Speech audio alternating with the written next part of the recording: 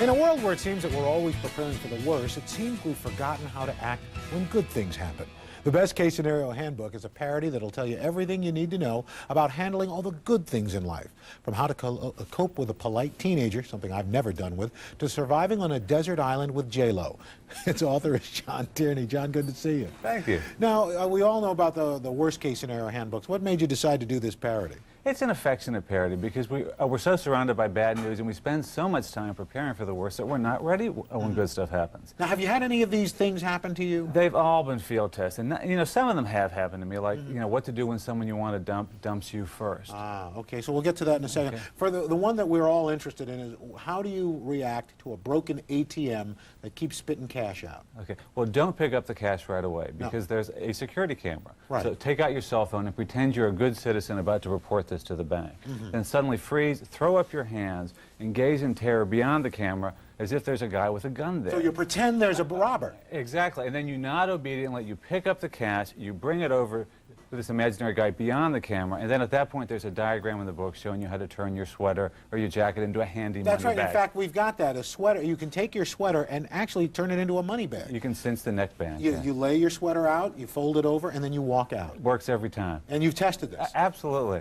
Right, now, the one that most of us are most concerned about is, how do you accept properly an Academy Award? Well, for maximum sincerity, and this works for all awards, by the way, too. You know, for maximum sincerity, grasp the trophy in front of your chest. Don't do this one-hand James Cameron over the head stuff. That's too everybody arrogant. thinks you're a jerk. Right. And then remember that at this point in the evening, the audience has been watching the world's most shallow, self-centered people congratulate themselves for 5 straight hours. Right. So be brief. In the book, I've got a complete text of the greatest Oscar acceptance speeches in history. They're all under 10 seconds. And then there's one you say, you got to make sure you don't grab the Oscar wrong so that the thumb is on Oscar's groin. Right, that's kind of awkward. That's really just just doesn't look you know, good. the two-hand thing works better. Yeah, yeah. I like the little pinky, though. That's nice. Now, you talked about you being able to respond to somebody who dumps you before you can dump them. Right, it's perfect. I was out at dinner one night, I was trying to work up the courage to end this relationship, and suddenly the woman gets this pained expression and leans forward and says, "We've got to talk." And I just luckily stumbled into the main rule for the situation, which is shut up. You know, let them do the heavy lifting. You know, you play the silent martyr. If there's an onion nearby, you can rub it in your eye for that maximum tearful effect. What about flying first class? Well, buy the cheapest coach ticket you can, and then slip a crisp bill into it, $50 for domestic and maybe $100 for international. Really? Then go to the first class check-in and ask very politely, is there any chance of an upgrade here? And hand them this folder. Now, you know, this works in restaurants. There's no reason it can't work in airplanes. Have you tried this? It's all been field tested, you know, including the one about the 3 wishes from the genie. Oh, So, right. And once you're in first class, you know, demand all the perks. And if anybody from business class tries to use a lavatory, make a scene. Tackle them. Absolutely. Throw them to the ground. Absolutely.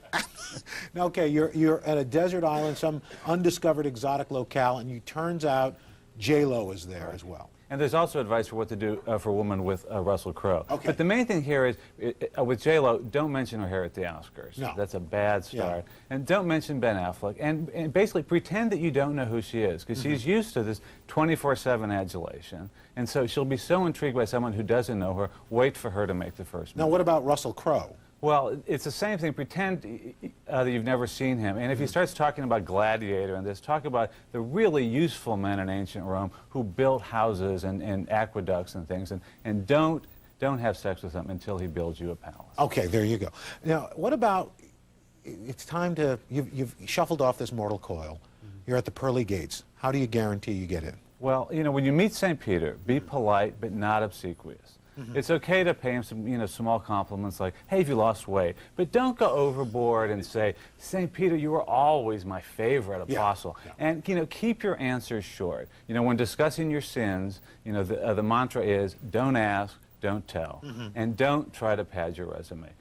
I mean, the IRS may have bought those unreceipted cash donations to charity. St. Peter's not going to do that. No, that doesn't Although work. it seemed like a couple of those previous things would help. In other words, keep your answers short, kind of like the Oscars. Yes. And if you could maybe slip some cash. You know, I don't know that St. Peter goes for that. No? No, I don't think so. That's what our field tests have shown. Well, John Tierney, the book is The Best Case Scenario Handbook. And if you'd like to read an excerpt from it, check out our website at today.msnbc.com. John, good to meet you. Now here's Ann.